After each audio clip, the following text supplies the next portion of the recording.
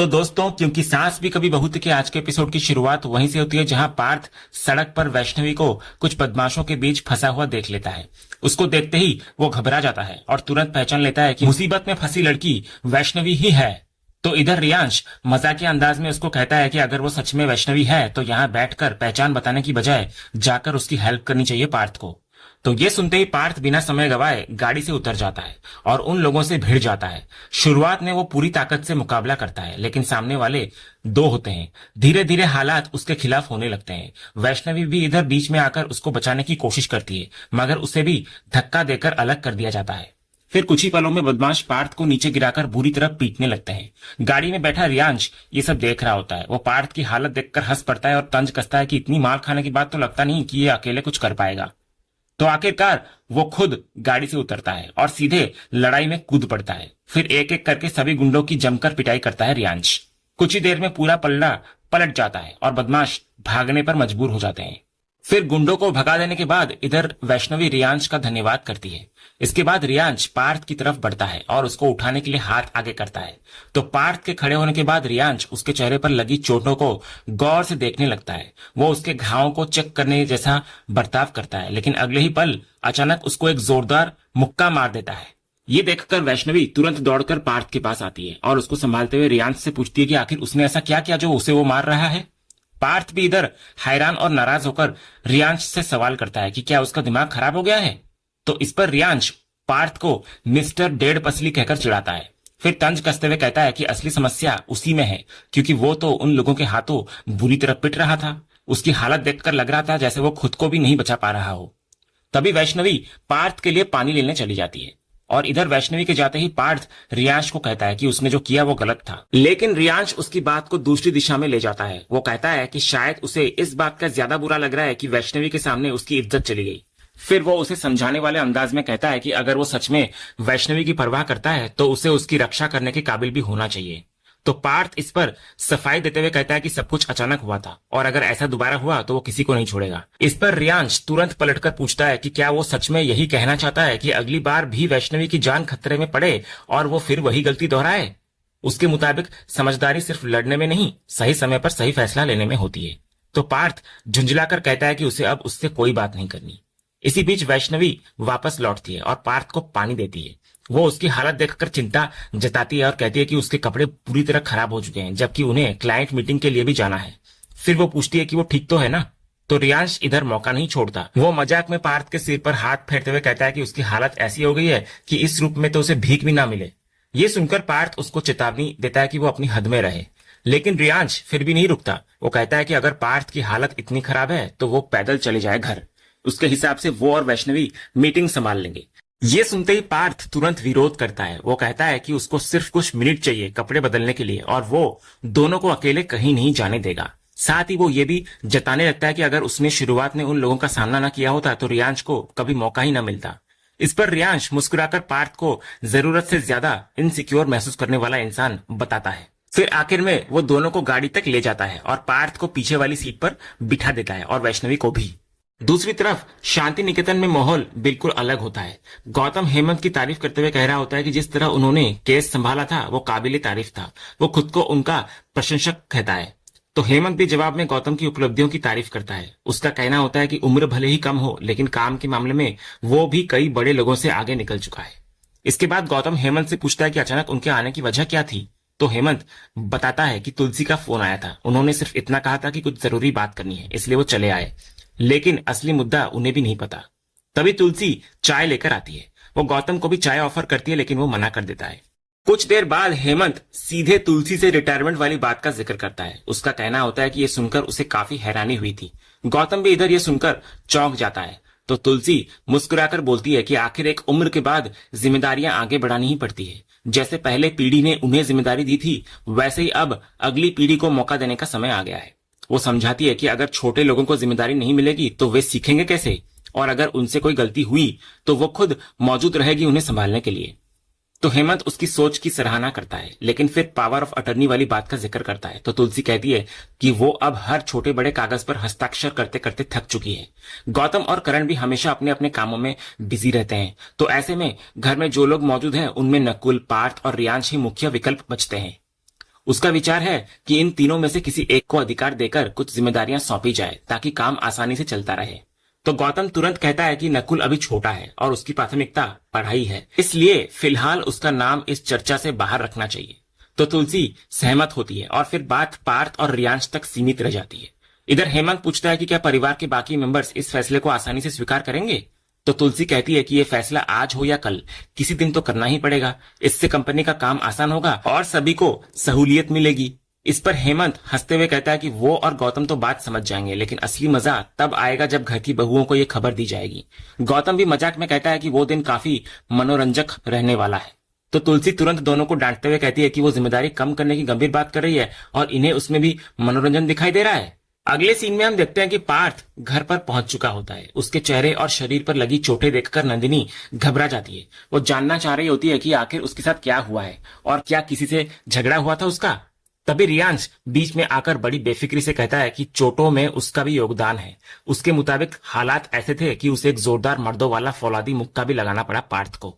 ये सुनकर नंदिनी हैरान नजर आती है और उसी समय तुलसी भी वहां पहुंचती है और पार्थ की हालत देखकर चिंता में पड़ जाती है। तब वैष्णवी पूरी घटना बताती हुई नजर आती है। वो कहती है कि रास्ते में कुछ बदमाश उसको परेशान कर रहे थे और पार्थ उसकी हेल्प के लिए सामने आया था, लेकिन रियांश तुरंत बात को काट देता है। उसके हिसाब से पार्थ बचाने कम और मार खाने ज्यादा पहुंचा था। तो इधर वैष्णवी भी मानती है कि हाथापाई काफी बढ़ गई थी, लेकिन बाद में रियांश वहां पहुंच गया और उसने हालात संभाल लिए। ये सुनकर तुलसी राहत महसूस करती है। वो मानती है कि अच्छा हुआ रियांश वहां मौजूद था और समय पर हेल्प मिल गई। मगर रियांश फिर मजाकिया अंदाज में बात को घुमा देता है। वो कहता है कि धन्यवाद उसे नहीं बल्कि पार्थ को मिलना चाहिए, क्योंकि आखिर में ये उनका डैमेज आइटम है। फिर वो हल्के अंदाज में पार्थ को अपना बेबी ब्रदर भी कहता है। इसके बाद वो करण का जिक्र करते हुए कहता है कि अगर पार्थ को कुछ हो जाता तो करण को कितना दुख होता और वो ऐसा कभी होने नहीं देना चाहता। फिर उसका ध्यान दोबारा असली मुद्दे पर जाता है। वो सवाल उठाता है कि आज तो वो वहां मौजूद था, लेकिन अगर नहीं होता तो वैष्णवी की हेल्प कौन करता। यह सुनकर पार्थ तुरंत उठ खड़ा होता है। वो साफ कहता है कि वो खुद वैष्णवी को बचा लेता। इसके बाद बहस दूसरी दिशा में चली जाती है। पार्थ स्पष्ट करता है कि करण रियांश के असली पिता नहीं है, लेकिन रियांश भी अपनी बात पर अड़िग रहता है। उसके लिए करण वही इंसान है जिन्हें उसने बचपन से पिता माना है और आगे भी वही मानता रहेगा। फिर माहौल गर्म होते देख नंदिनी बीच में आती है और पार्थ को कपड़े चेंज करने के लिए भेज देती है। तो पार्थ वहां से निकल जाता है। उधर वैष्णवी के पास एक फोन आता है और वो भी कुछ देर के लिए वहां से हट जाती है। रियांश भी कहता है कि शायद उसे बाहर जाकर गाड़ी में वेट करना चाहिए और वो भी निकल जाता है। अब कमरे में सिर्फ तुलसी और नंदिनी रह जाती है। तुलसी उम्मीद जताती है कि आज की घटना के बाद शायद सबको रियांश का अच्छा पक्ष दिखाई देगा, लेकिन नंदिनी इस बात से सहमत नहीं दिखती। उसके अनुसार जिस नजर से तुलसी चीजों को देख रही है वहां से सब अच्छा ही दिखाई देगा। अगर कोई उसकी जगह खड़ा होकर हालात देखे तो शायद सोच अलग हो। तो तुलसी ज्यादा बहस नहीं करती। वो सिर्फ इतना कहती है कि नंदिनी समझदार है, इसलिए वो इस विषय को ज्यादा नहीं बढ़ाना चाहती। इसी दौरान दामिनी कॉफी लेकर आती है, तो तुलसी कॉफी लेने से मना करती है और कहती है कि उसे दामिनी और नंदिनी दोनों से जरूरी बात करनी है। अगले ही सीन में हॉल में पूरा परिवार जमा होता है। नंदिनी सबसे पहले सवाल उठाती है कि अचानक चाबियों और जिम्मेदारियों की बात कहां से आ गई। तो तुलसी समझाती है कि उम्र के एक पड़ाव पर पहुंचकर जिम्मेदारियां अगली पीढ़ी को सौंपना स्वाभाविक होता है। यही प्रक्रिया वो अपनाना चाहती है। दामिनी भी पूछती है कि इतनी जल्दी की क्या जरूरत है। तो तुलसी उसको याद दिलाती है कि कभी उसे भी जिम्मेदारी इसी तरह सौंपी गई थी। उसके अनुसार जब तक युवा पीढ़ी को जिम्मेदारी नहीं मिलेगी वे सीखेंगे कैसे। फिर वो घर की चाबियां निकालकर सबके सामने रख देती है और कहती है कि अब यह फैसला परिवार को करना है कि यह जिम्मेदारी किसे दी जाए। तो पूजा तुरंत खुद को इस चर्चा से अलग कर लेती है। वो साफ कहती है कि हेमंत के लगातार सफर और उनकी देखभाल ही उसके लिए काफी है, इसलिए वो अतिरिक्त जिम्मेदारी नहीं लेना चाहती। अब चर्चा दामिनी और नंदिनी पर आकर रुक जाती है। तुलसी इधर कहती है कि एक खिलाड़ी तो पहले ही बाहर हो चुकी है, इसलिए अब मुकाबला दोनों बहुओं के बीच में है, लेकिन दोनों में से कोई भी आगे बढ़कर फैसला नहीं करती। नंदिनी सोचती है इधर कि बड़े बेटे गौतम की पत्नी होने के कारण दामिनी का अधिकार पहले बनता है। वहीं दामिनी मानती है कि बड़ी बहू होने के नाते चाबी उसी को मिलनी चाहिए, मगर खुद आगे बढ़ना उसे ठीक नहीं लगता। दोनों की चुप्पी देखकर इधर तुलसी कहती है कि लगता है अंतिम फैसला उसे ही लेना पड़ेगा। पूजा भी यही राय देती है कि निर्णय तुलसी को ही लेना चाहिए। तब तुलसी एक अलग दृष्टिकोण सामने रखती है। वो कहती है कि वो छोटे बड़े के आधार पर नहीं बल्कि प्रबंधन के सिद्धांत पर फैसला करना चाहती है। उसके अनुसार हर संस्था में वित्त संभालने वाला एक जिम्मेदार व्यक्ति होता है और संचालन देखने वाला एक अलग व्यक्ति। घर के संदर्भ में वित्तीय व्यवस्था, खर्च और पैसों का प्रबंधन बड़ी बहू संभाले तो बेहतर रहेगा। वहीं रोजमर्रा के काम, परिवार की जरूरतें, जन्मदिन, त्योहार और घर की गतिविधियां छोटी बहू देखे तो संतुलन बना रहेगा। इसी आधार पर वो चाबी को उठाती है और नंदिनी को सौंप देती है। वो भावुक होकर नंदिनी को कहती है कि जैसे उसे ये जिम्मेदारी पिछली पीढ़ी से मिली थी वैसे ही अब वो आगे बढ़ा रही है।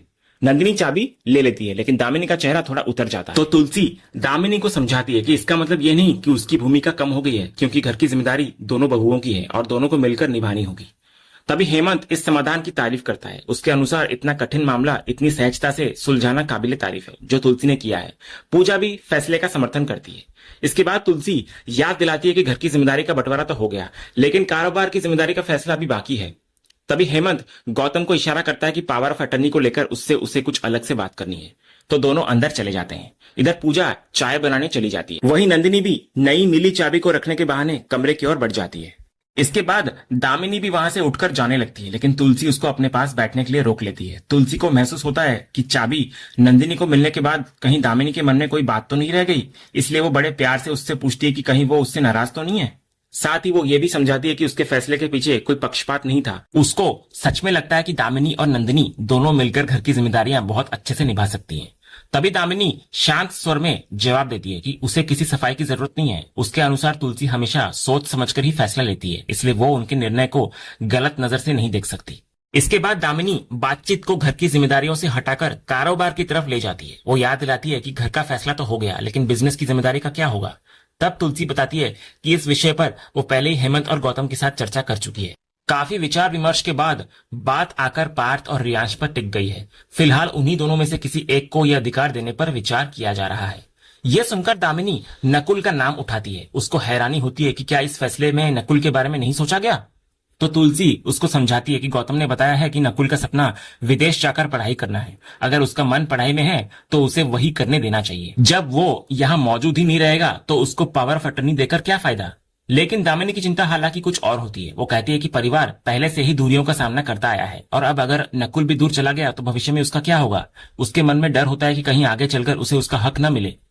तुलसी तुरंत उसकी शंका दूर करती है। वो साफ करती है कि यहाँ किसी संपत्ति का बंटवारा नहीं हो रहा, न ही किसी को अधिकारों से वंचित किया जा रहा है, बल्कि ये केवल कामकाज को आसान बनाने के लिए जिम्मेदारी सौंपने की बात है। वो भरोसा दिलाती है कि नकुल की पढ़ाई का इंतजाम भी वही करेगी और उसके अधिकारों पर कोई आंच नहीं आने देगी। साथ ही वो पूरे विश्वास के साथ कहती है कि जब तक वो मौजूद है उसके पोते का हक कोई नहीं छीन सकता। इसके बाद तुलसी बातचीत को आगे बढ़ाते हुए कहती है कि घर की जिम्मेदारी का फैसला तो हो चुका है, तो अब कारोबार की जिम्मेदारी पर भी निर्णय लेना जरूरी है। लेकिन वो एक और महत्वपूर्ण बात स्पष्ट करती है। उसके अनुसार ये फैसला बंद कमरे में नहीं होगा, बल्कि परिवार की बहुओं के सामने ही होगा, ताकि सब कुछ पारदर्शी तरीके से तय किया जा सके। और इसी सीन के साथ आज का यह एपिसोड यहीं पर खत्म होता है। तो दोस्तों, आपको आज के एपिसोड का कौन सा सीन सबसे ज्यादा पसंद आया हमें कमेंट बॉक्स में जरूर बताएं।